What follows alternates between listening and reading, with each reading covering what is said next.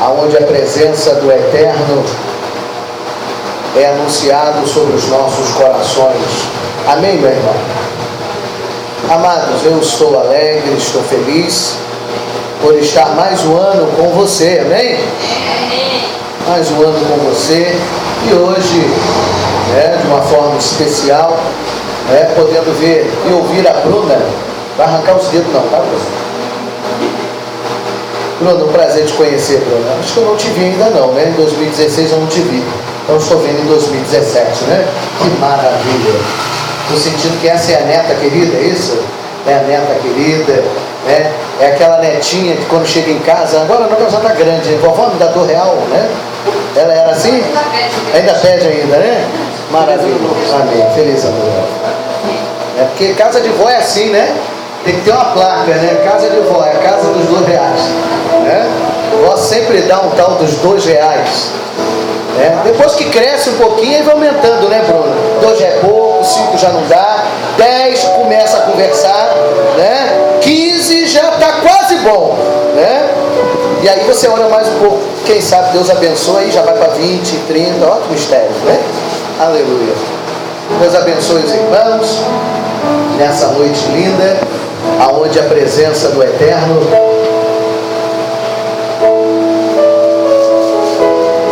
está conosco mais uma vez, né? Como foi a virada do ano de vocês? Foi bênção? Amém. Glória a Deus. Vocês viraram tudo? Ô glória! Então vamos começar a nos preparar para deixar não só virar, mas deixar tudo para trás, né? Deixar tudo para trás. É isso que o Senhor quer sobre a nossa vida, né? Nós venhamos deixar tudo para trás.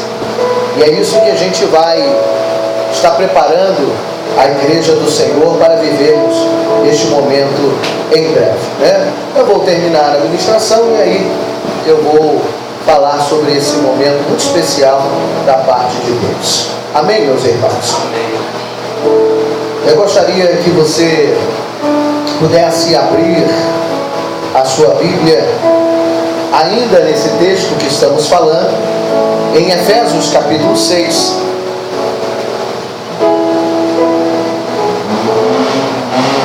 Vamos ler a partir do verso 12. Efésios capítulo 6, a partir do verso 12. Vamos estar meditando debaixo desta palavra mais uma vez, aonde o Espírito do Eterno, o Espírito de Deus, quer falar conosco mais uma vez aqui neste lugar.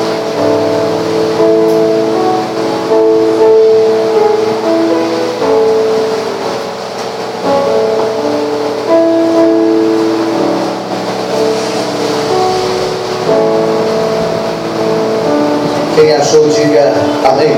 Amém.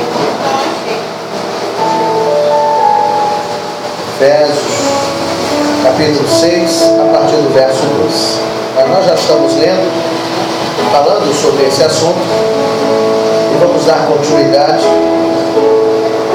diante da palavra do Senhor Jesus. E diz assim esta palavra: porque não temos que lutar contra carne e sangue, mas sim contra principados, contra potestades, contra os príncipes das trevas desse século, contra as hostes espirituais da maldade nos lugares celestiais. Portanto, tomai toda a armadura de Deus, para que possais resistir no dia mau. E havendo feito tudo, ficar firmes. Estais, pois, firmes, tendo cingido os vossos lombos com a verdade, vestindo a couraça da justiça e calçado os pés na preparação do evangelho da paz, tomando, sobretudo, o escudo da fé, com o qual podereis apagar todos os dardos inflamados do maligno. Tomai também o capacete da salvação e a espada do Espírito, que é a palavra de Deus. Orando em todo tempo, com toda oração e súplica no Espírito, e vigiando nisso, com toda perseverança, súplica por todos os santos. E por mim, para que me seja dada no abrir da minha boca a palavra com confiança, para fazer notória o mistério do Evangelho, pelo qual sou embaixador em cadeias, para que possa falar dele livremente como me convém falar. Amém? Você pode aplaudir a Deus por essa palavra? Aleluia. Vou pedir aqui ao evangelista para diminuir um pouco o fundo, está muito alto. Não sei para vocês, mas para mim aqui está bastante alto. Baixa um pouquinho. Isso aí. Agora você virou o meu DJ preferido. Irmãos, estamos, todos na maioria já conhecem o tema de observação, o tema central, aquilo que tem nos feito pensar, mas não custa nada relembrar, porque afinal de contas foi desde o ano passado, né, que nós falamos disso. Então repita comigo, qual é o tema? Quem sou eu? Quem sou eu? Esse tema que está nos mostrando várias vertentes bíblica e espiritualmente da vontade e da verdade de Deus sobre os nossos corações. E quando nós lemos Efésios 6, nós estamos falando aqui de uma armadura, né? São as armaduras que Deus dá aos seus filhos para combater. Diga comigo, combater. Combater. Nós já aprendemos que a armadura não é para ir à praia, né, Bruna? Imagina você ir para a praia, Bruna, com uma armadura. Você sabe o que é uma armadura? Já viu o filme, não já? Imagina você ir para a praia com a armadura. Você acha que vai dar certo? Não vai, ficar esquisito, não vai? Imagina indo para o parque de armadura. Vai sofrer bullying, não vai? Oh, essa garota é doida, é maluca ela. Não recula bem da bola, né? Então imagina que quando Deus nos fala que Ele tem armadura para nós, é evidente que Ele está dizendo que Ele quer nos preparar para a luta, né, meu barbudinho? Coisa linda, hein? É quase um milagre. Glória. Quando Deus fala que Ele tem armadura para nós, Ele quer nos preparar para a guerra, Ele quer nos preparar para a luta. Aliás, é isso que nós não podemos esquecer.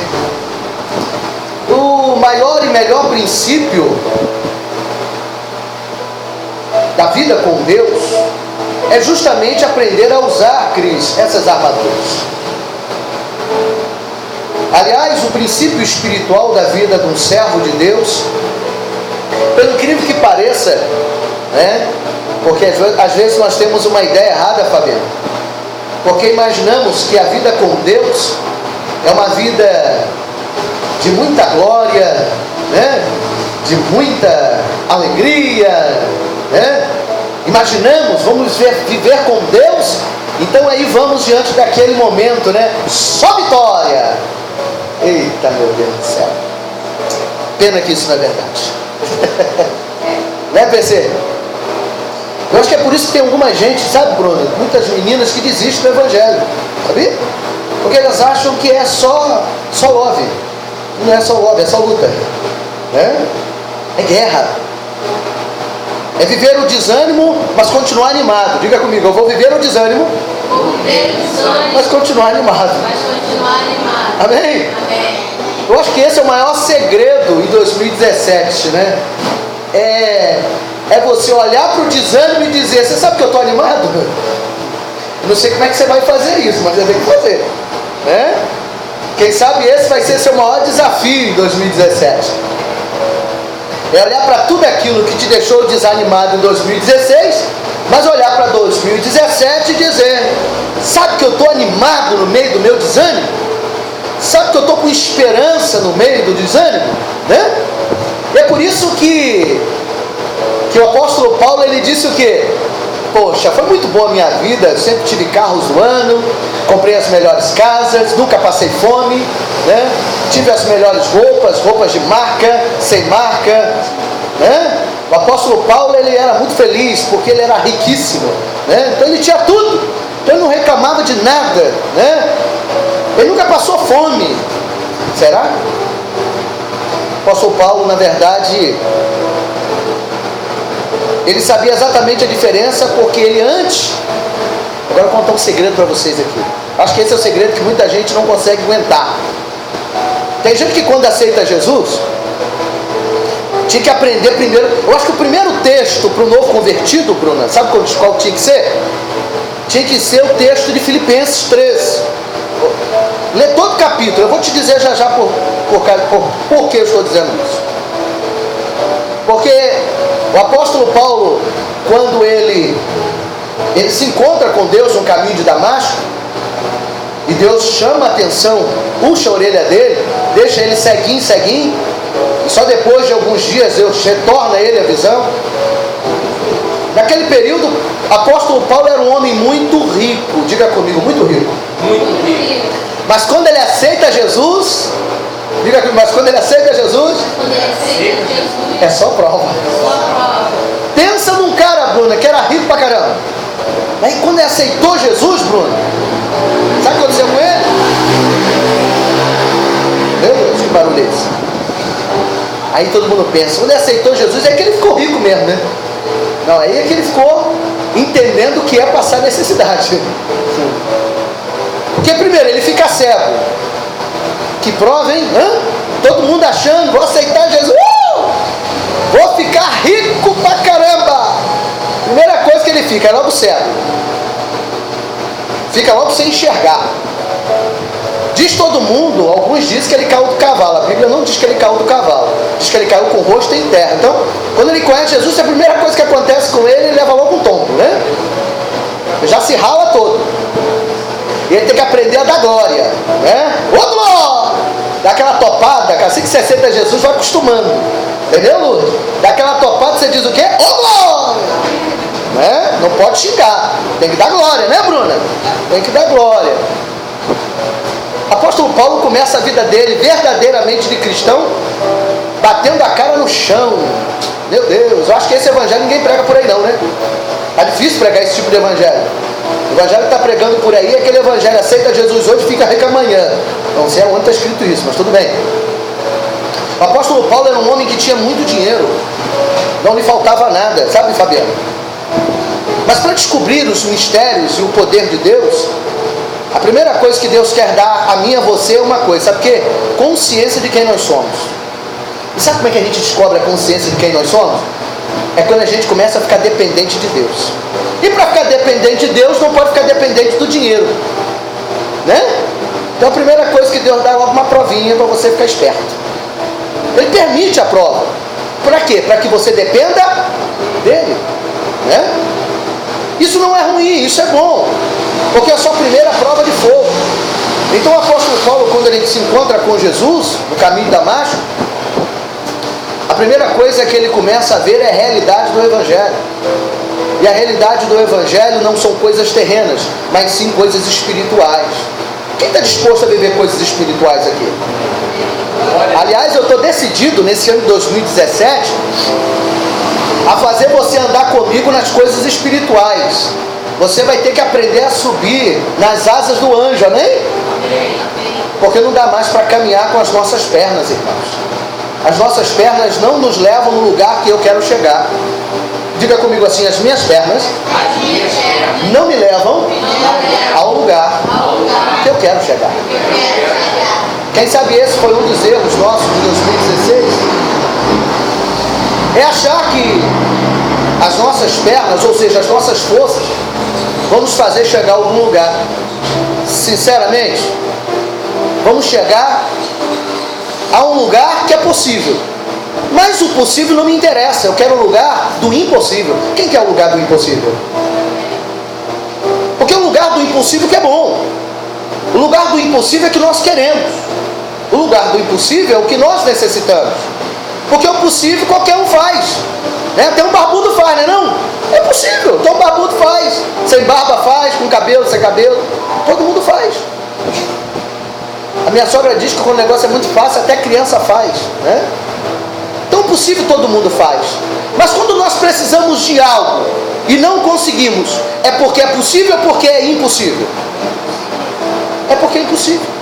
Então eu não posso andar debaixo do possível, eu preciso andar debaixo do impossível. E para viver o impossível, eu tenho que andar nas asas do Espírito, diante do Espírito, conhecer a visão espiritual e querer ela para a minha vida. E a primeira coisa que o apóstolo Paulo ele começa a conhecer é ser dependente do Espírito, é ser dependente da voz, porque ele agora é cego. Ele não consegue enxergar com os teus olhos, porque ele era brabo pra caramba, o baixinho era brabo, batia, era o Van Damme da época, o bichinho não era fácil não, né? Ele batia, matava, arrebentava, mas agora ele está cego. Cego não faz nada. Ele agora está impossibilitado, ele agora está de quarentena. É a hora que Deus vai fazer ele ficar dependente da glória dele. O apóstolo Paulo vai entender o verdadeiro evangelho quando ele começa a depender apenas de Deus. Porque agora o apóstolo Paulo deixa de perseguir os crentes e passa agora a ser o próximo perseguido. Amém? Quero te dizer que se perseguirem você por amor do nome dele, diz a Bíblia que você é bem-aventurado, não é? Dá para dar glória aí? Glórias a Deus, aleluia. Irmão, se no ano 2016, eu sou o primeiro a levantar a mão, se você foi perseguido, então eu sou bem-aventurado, você é bem-aventurado. Agora, se a tua fé não incomoda ninguém, quero te dizer que a tua fé está ruim pra caramba, hein? Se no ano 2016 ninguém mexeu com você, barbudo, tem alguma coisa errada com a tua fé, vaza. Eita Deus, aleluia. Deu para entender o que eu desenho? Deu, né?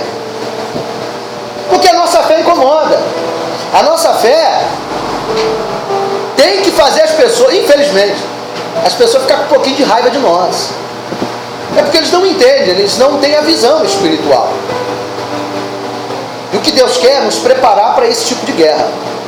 É? Por isso que Ele quer que a gente se conheça e conheça a vontade de Deus sobre a nossa vida.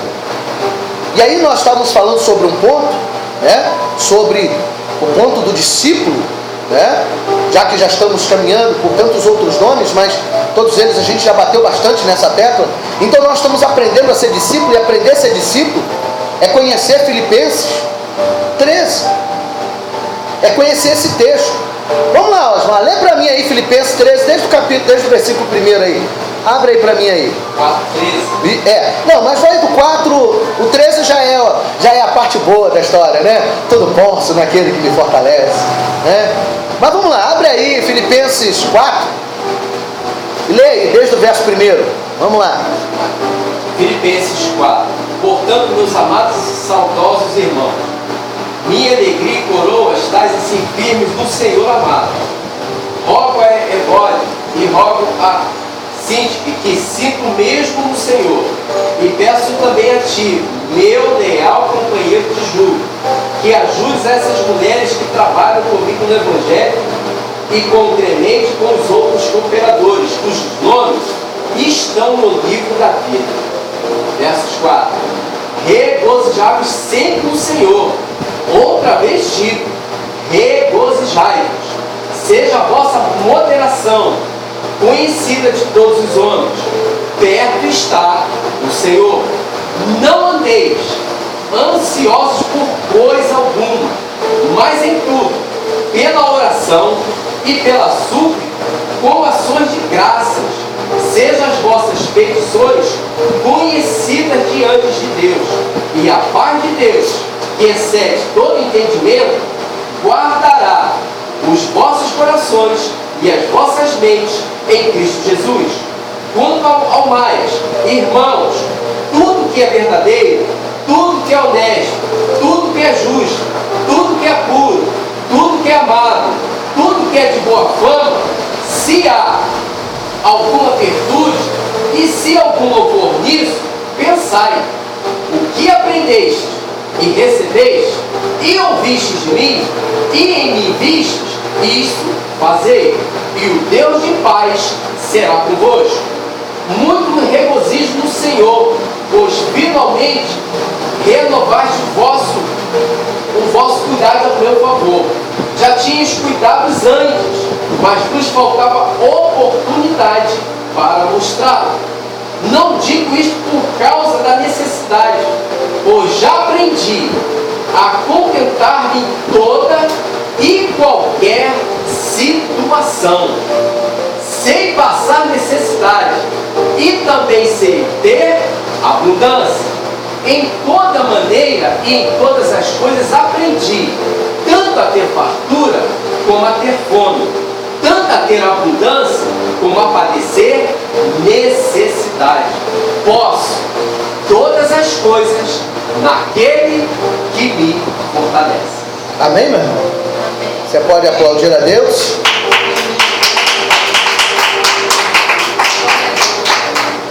Aprendi todas as coisas, né?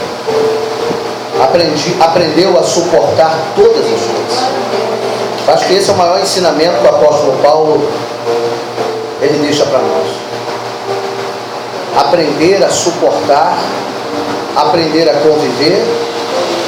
E aprender a conviver, irmãos, escute só isso aqui. Aprender a suportar, aprender a conviver, não quer dizer que você aceitou, não.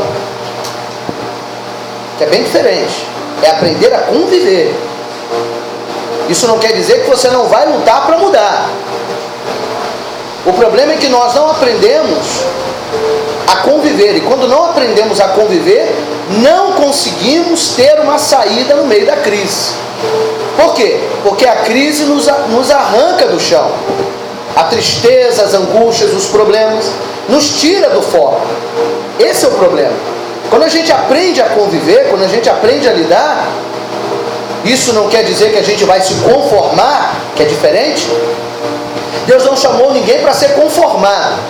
Aliás, Deus chamou você para transformar. Diga comigo, transformar. Transformar. Por isso que a Bíblia diz, não se conformeis com este mundo, mas transformai-vos pela renovação do Evangelho. Amém? Amém. Da palavra, da consciência de Deus. Ou seja, só dá para transformar as nossas crises se tivermos consciência do Evangelho. Se tivermos consciência do que o Evangelho produz, do que a palavra produz e do que ela pode fazer na minha ou na sua vida. E aí o apóstolo Paulo, ele começa ao longo da sua história linda, ele começa a perceber que tudo que ele tinha, ele perde. Tudo que era terreno, ele perde.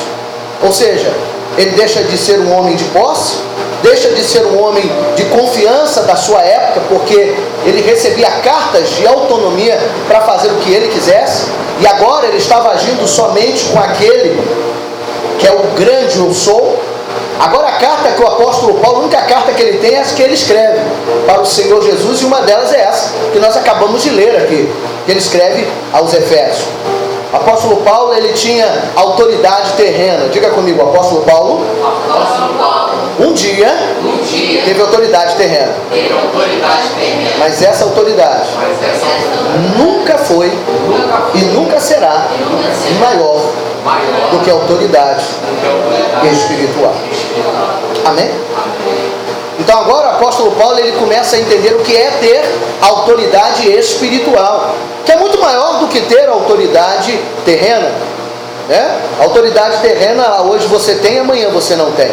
Mas a autoridade espiritual é Deus é que dá, e Deus é eterno. Deus, ele é o nosso Senhor, e é Ele que decreta isso sobre as nossas vidas. E quando a gente lê Efésios capítulo 6, nós vamos ter a realidade do que é conviver com esta autoridade. Mas para ter essa autoridade, conviver com essa autoridade e usar esta autoridade, a gente vai precisar lidar no reino espiritual. Então nós vamos ter que ser submissos à visão do reino. E a visão do reino é o que está em Efésios capítulo 6.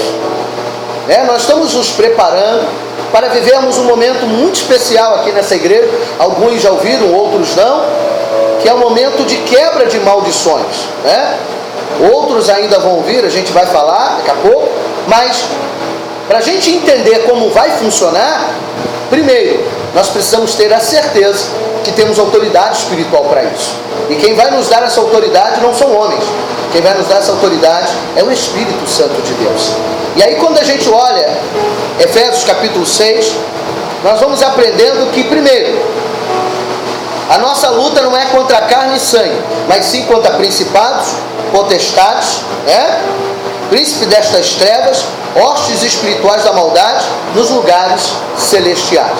Então a primeira coisa que nós aprendemos é que a nossa luta, ela não é travada na esfera terrena. Para termos as armaduras e reconhecermos a grandeza do poder de Deus, a nossa luta nunca é travada nesse plano físico. Embora nós devemos enxergar essa luta, porque a sua e a minha luta, aparentemente, ela está sempre no plano visível, quase todas elas no plano visível, é aquela que você enxerga, é aquela que você sente, é aquela que você de alguma forma pode até pegar ela, mas no fundo, ela começa a ser travada, ela tem um início no reino espiritual, ela tem uma pontinha, ela tem um início sempre no reino espiritual. E é por isso que nós temos que estar preparados, não é na terra, e sim no reino dos céus. E o problema é que o ser humano dentro da igreja, ele se prepara como ser humano e não como ser espiritual.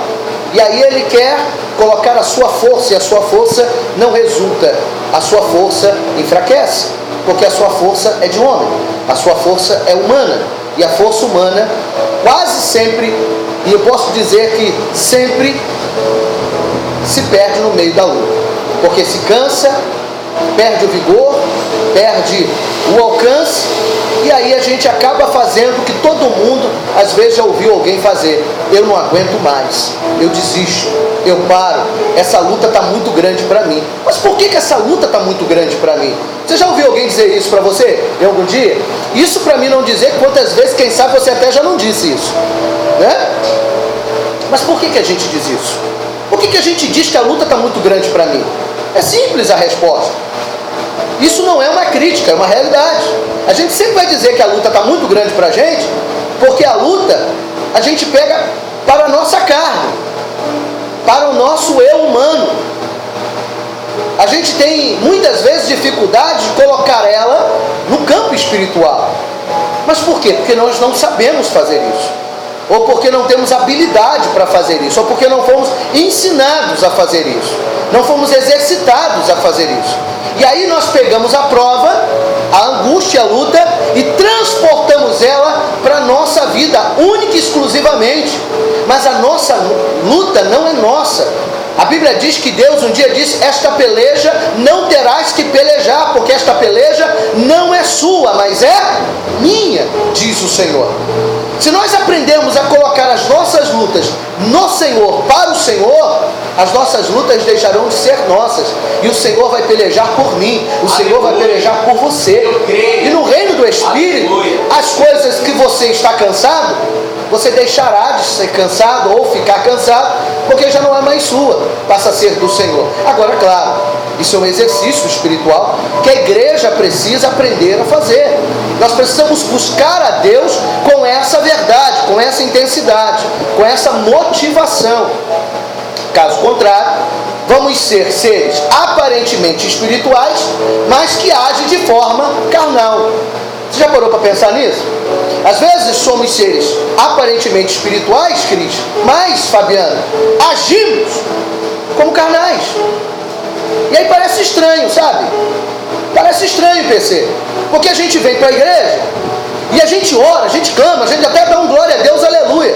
Mas na hora da prova, na hora da luta, a gente pega essa prova e pega essa luta e transfere apenas para o nosso eu. Só que o nosso eu não é capaz de fazer nada. Só quem pode fazer é o grande eu sou. É por isso que a Bíblia diz: lançai sobre mim toda a vossa ansiedade. O que é a sua ansiedade? Diz para mim. O que é a sua ansiedade? Aonde a ansiedade ela é aplicada na sua vida? Vamos lá? Vamos descobrir aonde a ansiedade é aplicada na sua vida? Vamos lá. Babudinho, coisinha linda de papai. Aonde a ansiedade é lançada na sua vida? Quando é que você está ansioso? Aonde é que a ansiedade está na sua vida? Quando você está ansioso por quê? Não entendi. Mas essas muitas coisas, elas são o quê? Boas ou ruins? Não, a ansiedade? Não, a ansiedade você tem que fazer um pouco de logo. Ou seja, a ansiedade, nesse sentido aqui espiritual, ele está falando das nossas dores, as nossas angústias, né? Lançai sobre mim toda a vossa ansiedade. Você tem o desejo da coisa boa, mas é porque o negócio está ruim. Se estivesse bom, você não tinha ansiedade. Amém? Vamos lá. Você, Cris, o que a ansiedade produz? Desânimo, não é isso? E você, Fabiana? O que a ansiedade produz? Angústia, né? Lourdes? Dores. É verdade, a ansiedade, às vezes num ponto elevado, produz até dores realmente, né? Verdade. E você, Bruna, quer arriscar? Hã? Ah, ela diz que rói unha. Tá certo, né? Cada um tem a ansiedade que merece, né? A dela vai nos dedos. Ou seja, porque ela fica nervosa, não é isso, Bruno? Você fica preocupada, né? Algo vai dar errado, né? Algo não vai funcionar. Então a gente rói as unhas. No caso, ela rói a unha, né? Mas por que a gente fica ansioso? Exatamente porque a nossa vida... Ei, olha para cá. É porque a nossa ansiedade produz em nós uma coisa chamada incapacidade. Toda ansiedade é fruto de um sentimento que nós temos chamado incapacidade. E por que somos incapazes? Simples a resposta. É porque somos humanos.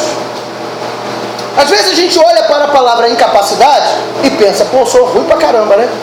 Eu não valo nada, porque eu me sinto incapaz. Quem já não ficou deprimido porque disse a si mesmo, eu sou incapaz? Mas quem disse para você que o sentimento de incapacidade é um sentimento que vai te jogar na lama, definitivamente? Não, é um sentimento, é uma realidade, sim, é uma realidade. A incapacidade é o fruto de algo que você não pode fazer. E se você não pode fazer, a resposta é simples. É porque você não tem capacidade. Por isso que o nome é incapacidade. Você é incapaz de realizar. E se você é incapaz de realizar, quem é que pode realizar no teu lugar? Então quando nós olhamos para a palavra, eu estou abrindo a tua mente. Quando nós olhamos para a palavra incapacidade, quando você se sente incapaz, quando você se sente impotente, quando você se sente alguém que não pode fazer algo, foge da sua alçada, foge da sua capacitação humana, o que é que nós precisamos fazer a partir daquele momento? Quando essa luz acender, qual é a sua única alternativa? Pontinho, pontinho, o que será que você responderia nessa hora? Aqui dentro da igreja, você vai dizer, porque eu sei, você é muito espiritual, aleluia! Você é cheio de Deus e você vai me responder com toda a tua fé hoje aqui, olhando para mim, eu busco ao Senhor, oh, aleluia! Queria muito que fosse verdade isso. Irmão, vamos falar a verdade. Quando a gente se sente incapacitado, poucos são aqueles que vão buscar ele vai buscar o edredom, ficar debaixo da cama, entrar na depressão, fica desesperado, arranca os cabelos, xinga Deus no mundo, fala que a culpa é de A, é de B. Ele arruma alguém para tomar a culpa dele. Então ele mistura tudo. Irmão, aqui a resposta às vezes sempre será espiritual, porque você é inteligente e você não tem como responder outra coisa. Só que eu não estou te ensinando para você me responder aqui, eu estou te ensinando para você me responder lá fora, porque aqui você aprende para você utilizar lá fora, porque aqui todas as respostas serão espirituais. Mas quando a igreja não está perto de você, e quando a porta não está aberta, quando não tem culto naquele dia, e quando você está longe do seu discipulador, qual é a sua reação? Será que seria mesmo? Infelizmente, irmão, eu me vi muitas e muitas vezes ao longo da minha vida, ao longo do ministério, ao longo das minhas realizações espirituais, e aí muita gente nem nunca percebeu isso, mas eu vivi vários e vou continuar vivendo momentos de incapacidade, porque eu sou um ser incapaz. Olha só que legal, gente. Quando eu admito que eu sou um ser incapaz, eu não fico mais triste, Bruna. Eu não como nenhum cordão, aleluia, coisa linda. Quando eu consigo admitir que a minha incapacidade não me coloca numa depressão, opa, meu Deus, eu estou hoje, quem sabe, falando algo para você que ninguém nunca te falou. Por quê? Porque a incapacidade, a palavra, o sentimento nos coloca no chão. É por isso que a Bíblia diz que quando você está no chão, é Ele que estende a sua mão e te levanta. O homem pode cair 7 vezes, mas de todas elas o Senhor te levantará. Deus levanta o homem quando ele está capaz, ou quando ele está incapaz? Quero te dizer que os maiores milagres na tua vida é quando você estiver incapaz. Quando o microfone não estiver funcionando. Aleluia! Amém? Maravilha. Não, deixa quieto, tá tranquilo. Você está me ouvindo? Diga amém. Então os maiores momentos de milagres de Deus na nossa vida, acredito os senhores e as senhoras, Cris, é quando eu estou incapaz. Que legal, gente, né? É quando você estiver comendo a unha, Bruna, é que Deus vai realizar um milagre. Você não vai mais chorar, você vai sorrir. Agora, é fácil aprender isso? Mas você tem que aprender. Você vai ter que entender que essa é a realidade da tua vida, que essa é a verdade da palavra. Por quê? Porque a incapacidade, ela é fruto de algo que eu tenho. E o que eu tenho? Uma característica humana, carnal, limitada.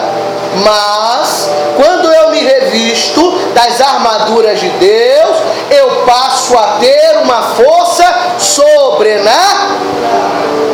Coisa linda, hein? Quem está recebendo isso de Deus aqui? Gente, eu queria muito que você ensinasse isso às pessoas. Porque o que mais você vai ver são pessoas incapazes. E aí quando você olha alguém incapaz, você fica tão triste, que você quase fica incapaz junto com ela, porque você não tem o que falar. E agora? Como é que eu vou ajudar ele? Ele está rindo porque é verdade.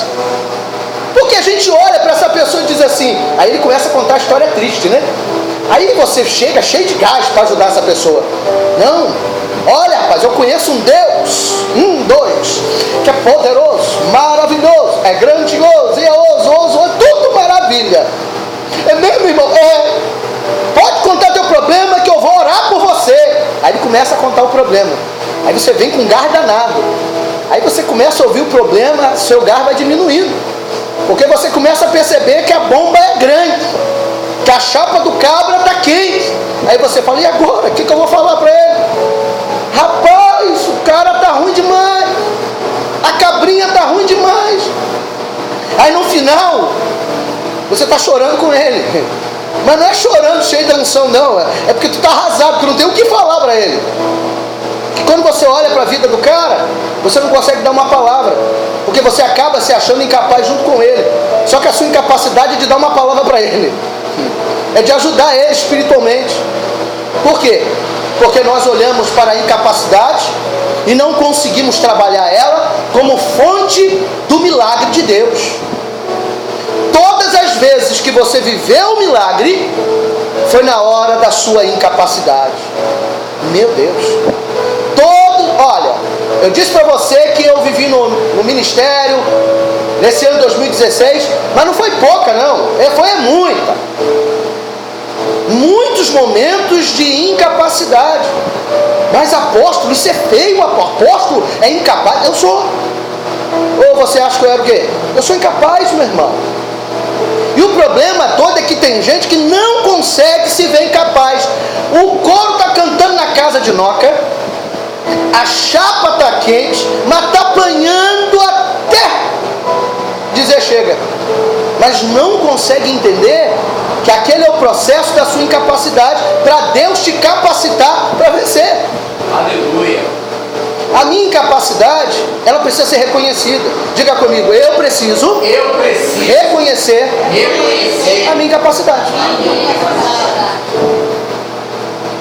Nós somos tão vaidosos, tão orgulhosos, tão cheios de mimimi, que a gente não consegue reconhecer a nossa incapacidade. E aí você acha, lindão, lindona, que apóstolo Paulo, quando escreve Efésios 6, o que ele está dando para você? Ele está dando o que em Efésios 6 para você? O que esse texto está dando? Está dando o quê? Armadura. E para que alguém coloca uma armadura? Para lutar. Para lutar. Então se ele não der armadura, o cara vai lutar, o que vai acontecer com ele? Imagine numa guerra, todo mundo de armadura, você sem armadura. Eu tenho que desenhar, né, para você não errar na resposta. Aleluia. Então tem uma guerra, todo mundo com armadura e você sem armadura. O que vai acontecer? Você vai morrer, não vai? Você vai ser atingido com muito mais facilidade. Então o apóstolo Paulo, no reino espiritual, ele está dizendo que Deus vai te dar o quê? E por que ele dá armadura a você? Vamos ver quem recebe a revelação do Espírito. 1, 2, ripa lá para trás, chupa a bala house, vai, recebe aí. Não é só para lutar não, irmão. Para quê?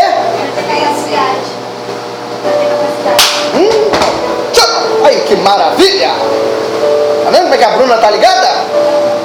Deus só nos dá armadura é para nós termos capacidade. Ou seja, só estando em Deus para ser capaz em algo, alguém ou alguma coisa. E aí a gente coloca a armadura, se sente como, né? O próprio Robocop, né? Só que a armadura não é sua, a armadura é de quem? Se você para de buscar Deus, o que acontece com a armadura?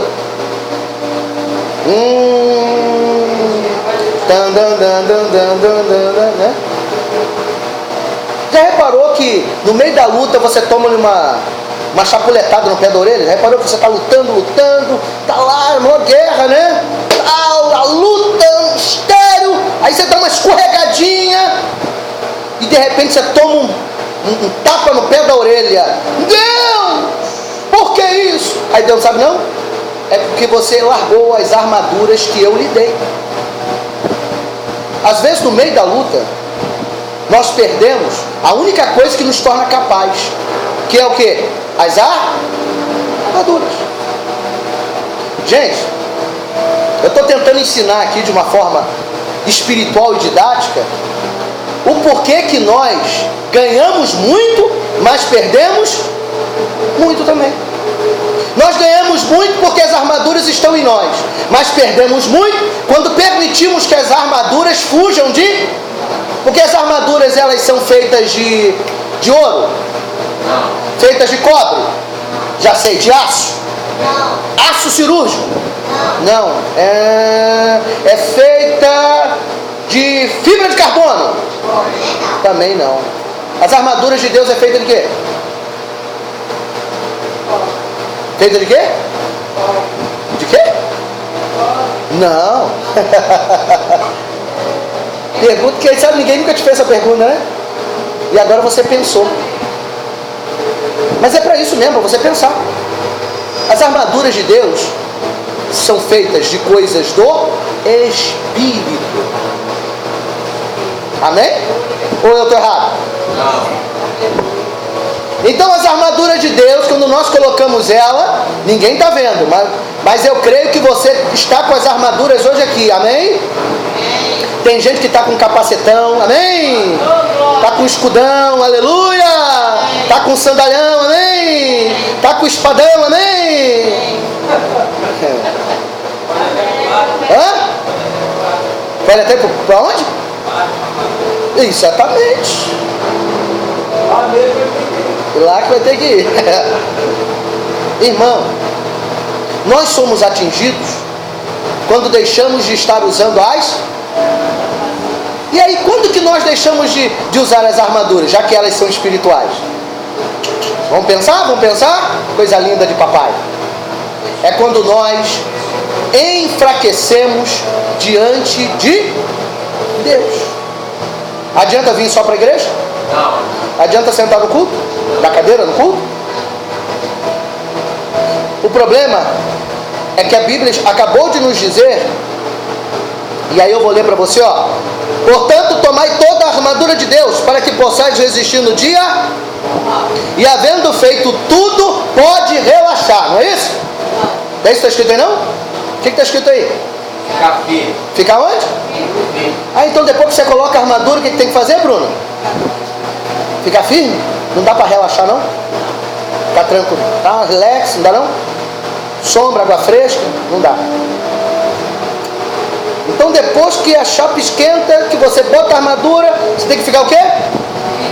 Tem gente que bota a armadura, depois que bota, relaxa. Quando relaxa, você se lasca. Amém? Irmão, na verdade, o que parece ser engraçado é real. Toda vez que você relaxa, eu gostaria muito que você relaxasse do jeito certo. Eu vou relaxar eu vou relaxar com Deus, né? Ou seja, eu vou me lançar em Deus e não ficar Quem dera que você se relaxasse com Deus, né? Se entregasse a Ele, né? Lançai sobre Ele toda a vossa ansiedade, ou seja, entregar na mão dele, mas essa não é a realidade na maioria das vezes.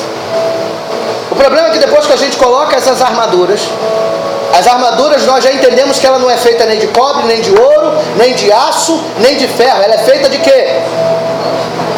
De coisas do Espírito. E as coisas do Espírito, para funcionar em nós, como é que nós temos que estar? Firme. E quem está firme está o quê? Não, está espiritual. Porque, olha só o que eu vou te dizer. Se você tiver espiritual, até se você tiver fraco, você ainda é forte. Porque não é isso que Deus disse para a igreja dele, para os filhos, lá em Joel? Diga ao fraco que eu sou. Amém?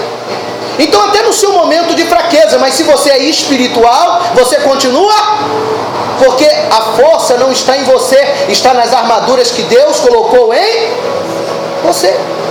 Quem está entendendo isso? Amém. Quem sabe Efésios 6 nunca foi vista por este ano. Quem aqui está aprendendo algo diferente diante de Efésios 6 aqui? Amém. Quem sabe a gente só aprendeu a falar de Efésios 6 no reteté de Jeová, né?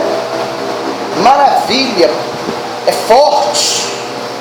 Só que as armaduras de Deus, elas são muito mais, e hoje a gente está aprendendo um pouquinho sobre isso. Porque não dá para viver as armaduras de Deus se você não for espiritual. E aí, meu irmão, eu não posso ajudar. Eu não posso fazer você ser espiritual. Eu posso ajudar a você a encontrar o caminho espiritual. Porque é uma escolha individual. É uma escolha individual de cada um. Sabe qual é o problema de muitos que estão dentro da igreja e colocam assim: eu não consigo ser espiritual. Mas você não consegue por quê? Primeiro vamos descobrir de quem é o problema e qual é a causa. Vamos lá, vamos eliminar. A sua igreja prega a genuína palavra? Sim ou não? Sim. Então, já eliminamos um problema. Né? Geralmente a pessoa não vai conseguir espiritual se ela não conhecer a palavra. Então, se a sua igreja prega a genuína palavra, então já eliminamos o problema. 2. O seu líder, você olha para ele com respeito? Sim ou não? Sim. Então o seu líder também não é um cabra safado. Então ele é um homem honesto, espiritualmente, tem moral no reino do Espírito. Sim ou não? Então já eliminamos a segunda coisa, que também é meio complicado você crescer espiritualmente debaixo de uma autoridade onde a autoridade não tem autoridade. Então já eliminamos duas coisas.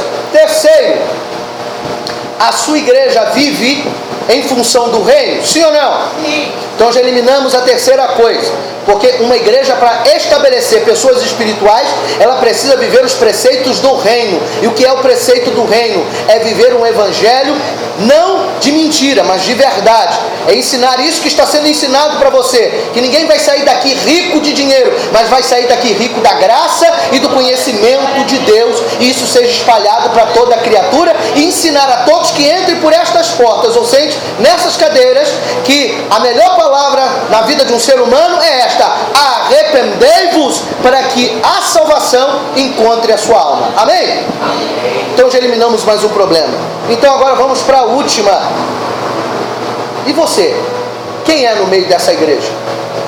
Como você é no meio dessa igreja? Se tudo está dando certo e você é o único que não conseguiu falar de você, você pode até não ter noção, mas se tudo que eu te disse deu certo, não tem erro, não tem falha, e você não conseguiu se definir, então isso é sinal que o problema está onde? Nem me responde. Então o problema muitas vezes de ser espiritual não é da igreja, é daquele que faz parte da igreja.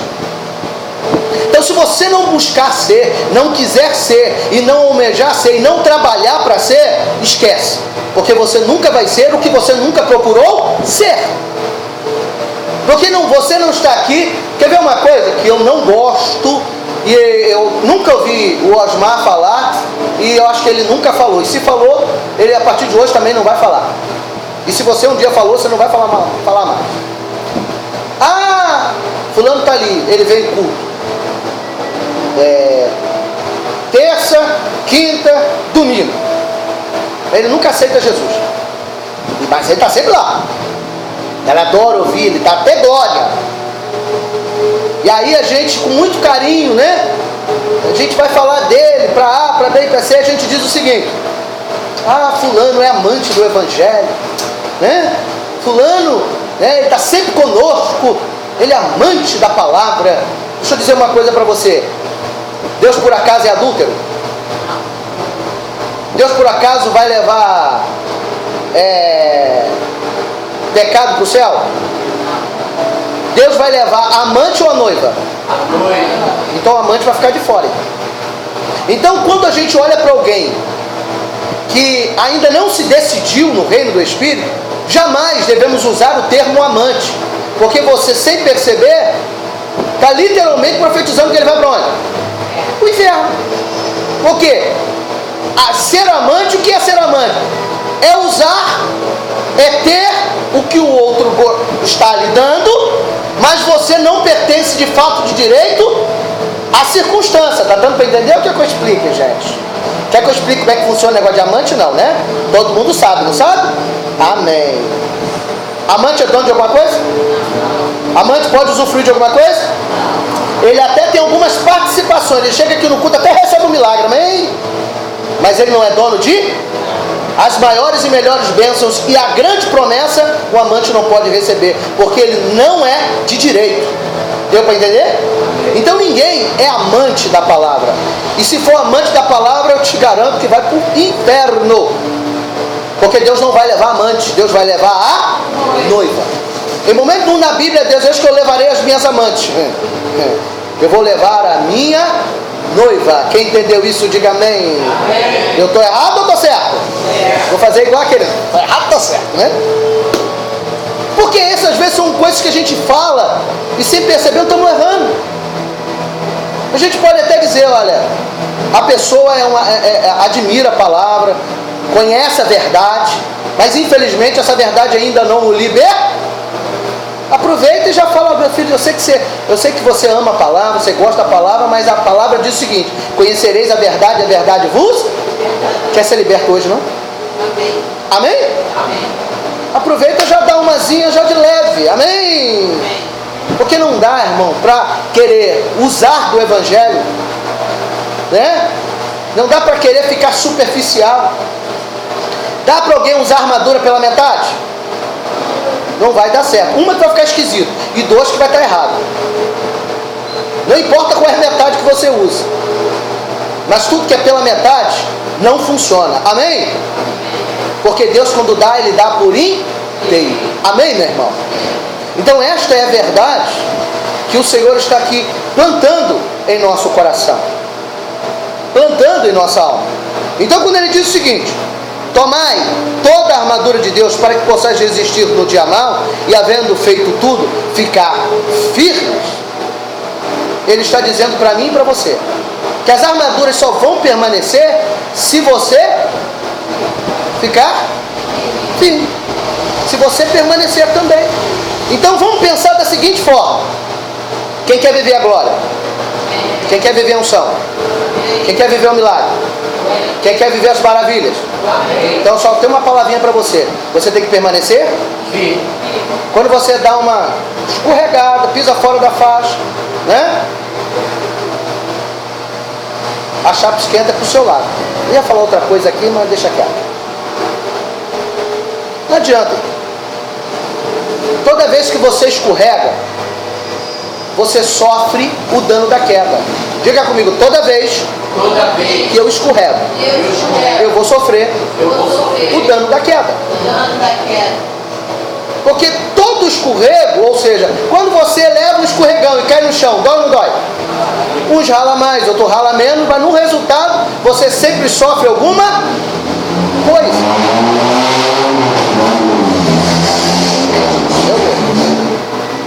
Porque toda queda, todo escorregão sempre vai te machucar. E o problema é que muitas vezes nos machucamos e questionamos o nosso machucado.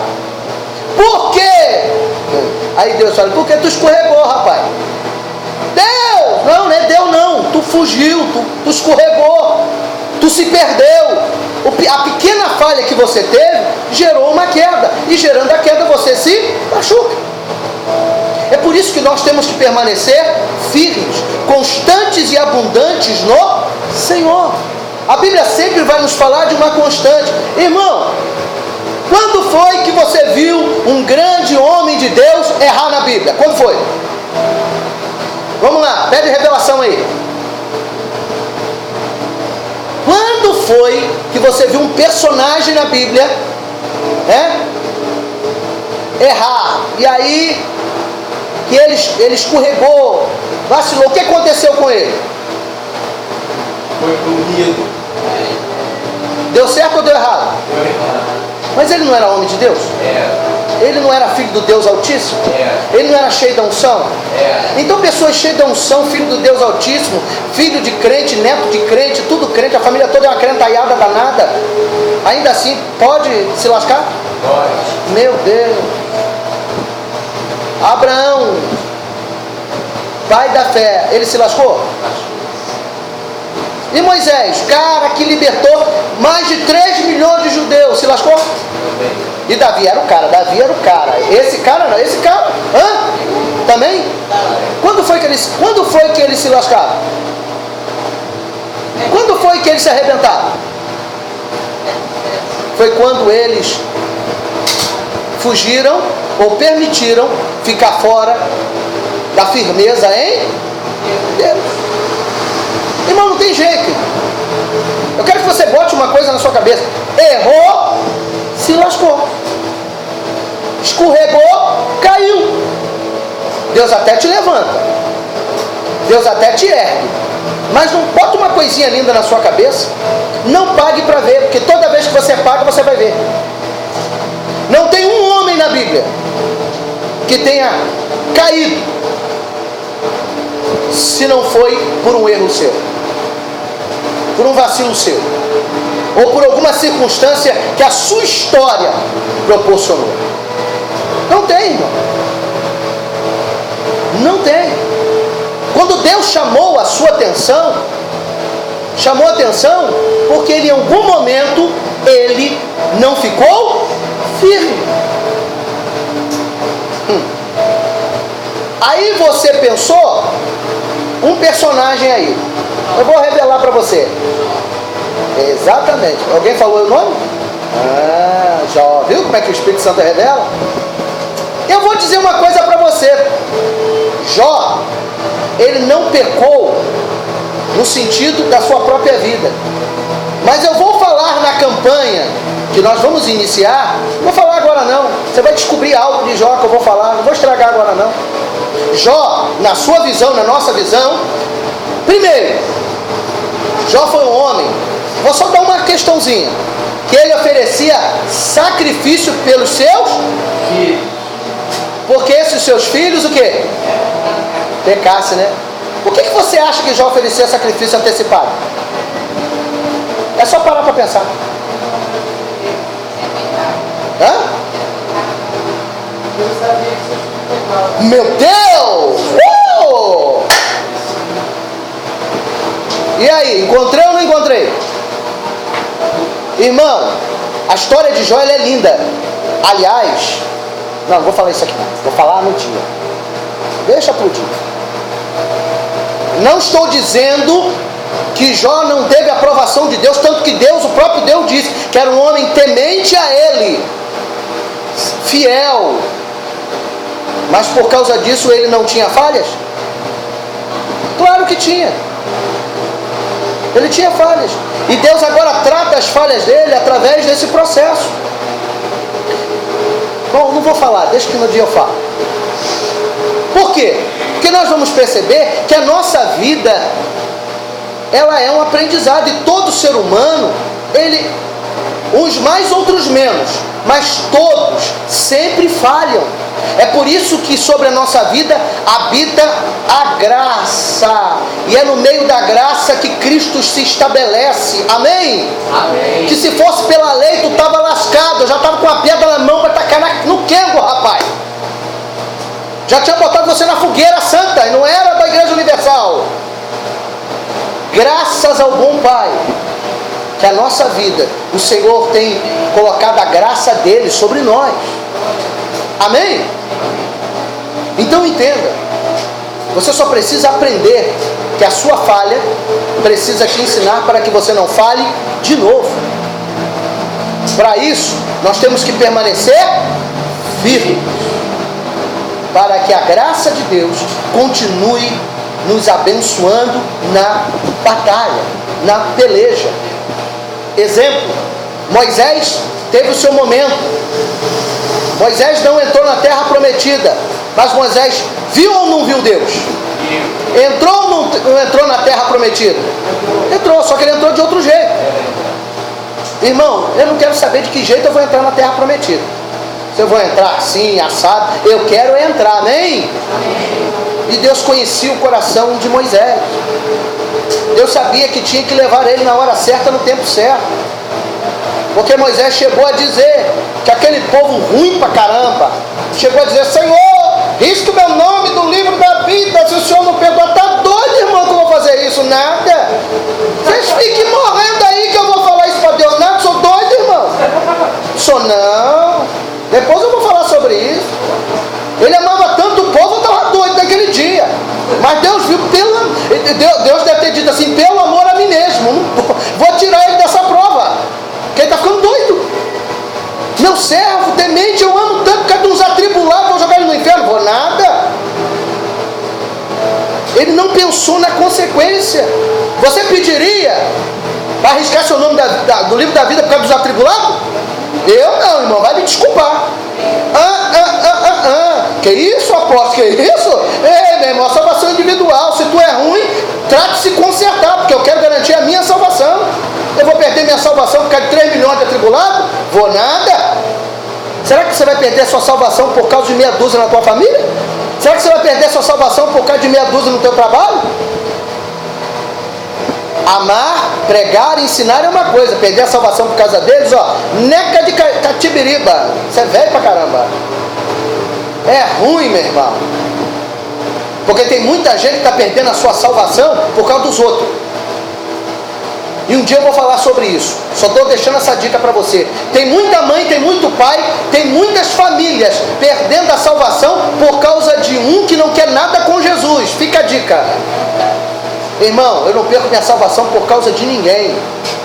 Nem por causa da minha mulher. Ninguém.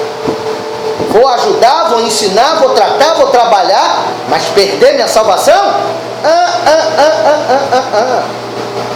E o que não falta são instrumentos do adversário para tentar arrancar de você a sua salvação usando o argumento que você tem que fazer algo por alguém.